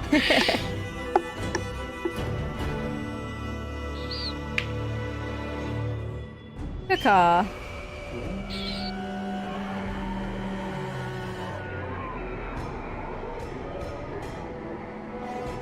Ooh, Pickles is shiny. Alright, final fight.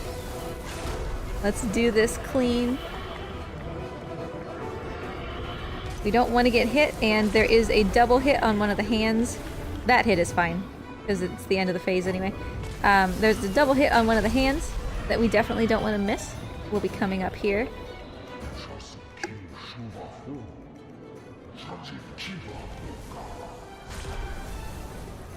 There we go. So that we can one-cycle that hand phase.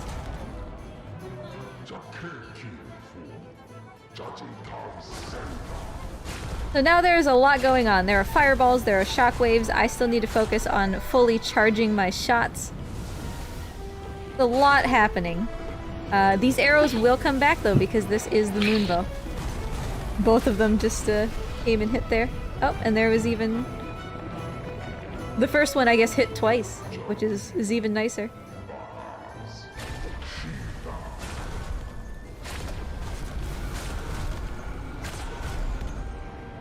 And for whoever's on the timer, we will be coming up to time shortly.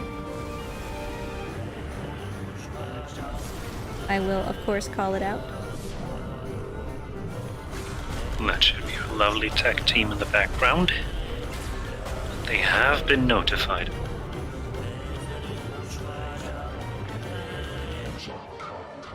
I'm sorry, am I gonna PB? Despite the fact that I did all of this Pickles petting, am I gonna PB? Pickles pats are optimal. My A triple P, PB... pickle pat PB. Yes, exactly. My PB is 153.50. We'll have to see if we end up beating that. We are still a little bit from the end here, and we'll see how lucky we are, but...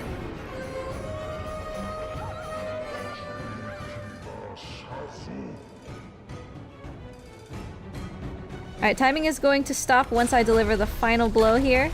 I will call out when that is, but get ready with the timer. I don't see how this wouldn't PB by almost a minute. Alright, ready on the timer. Timing will stop now. So we have defeated the Godslayer. What the two of them discuss next is the essence of all of the story so far, right?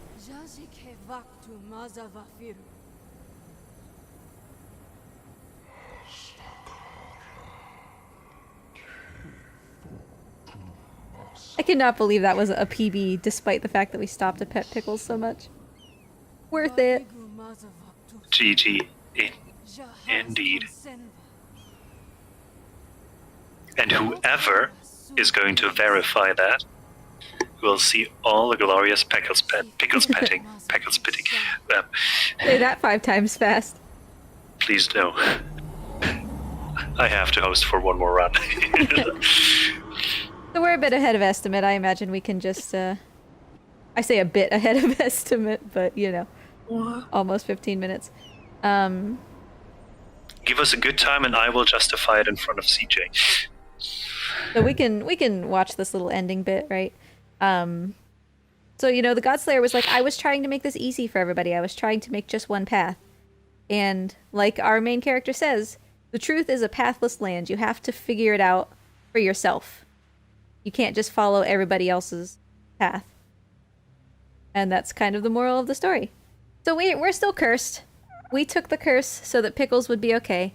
But unlike all of the other gods, right, we don't have towers and sigils and everything that can save us, so we're not looking great. There is an alternate ending, which we were talking about before, if you collect all of the sigils. I won't spoil what happens in that one, if you'd like to play the game yourself. But Pickles is the reincarnation of the bird mother, who created all of the other gods. So he's gonna go out, and he's gonna start this world over again.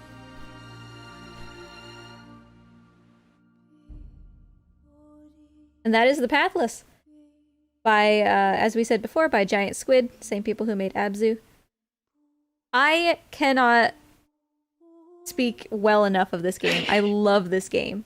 If you've never tried it, you saw the bosses, but you didn't really see actually very much of this game. There is so much to do. Try it out. It's just so fun. It feels good to play. It feels good to just experience. Highly recommended. But in the meantime, thanks so much for having me, everybody. And it was a pleasure to be here. Keep supporting this wonderful cause, St. Jude Children's Hospital. And get hype for the next run, which was what again? Remind me what the next run is? East Shade by Boden. And right. someone was using their wonderful power of being a donator. And Anonymous wants me to say, you guessed what? 4 times? I'll even say it 5 times, because they gave $25 for Pickles Pet BB, Pickles Pet BB, Pickles Pet BB, Pickles Pet BB, Pickles Pet BB. You did it. Thank you. I'm tired. I'm gonna go sleep. You can't check out just yet. Thanks for being on with us. We didn't get the 100, but just $5 shy. So close. I am definitely happy with that. Wonderful, wonderful opening, and a Pickles Pet PB. The Thanks for strat having is me. petting the burb. It is optimal. Apparently. This is what we've learned today. All right. We'll drop one wonderful St. Jude ad on you, and then you can listen to more of Squidbird. Also a bird, but also a squid. Or maybe not. Who knows? Maybe we need to purify Squidbird and see what he really is. But thank you again, and see you around. Thanks for having me.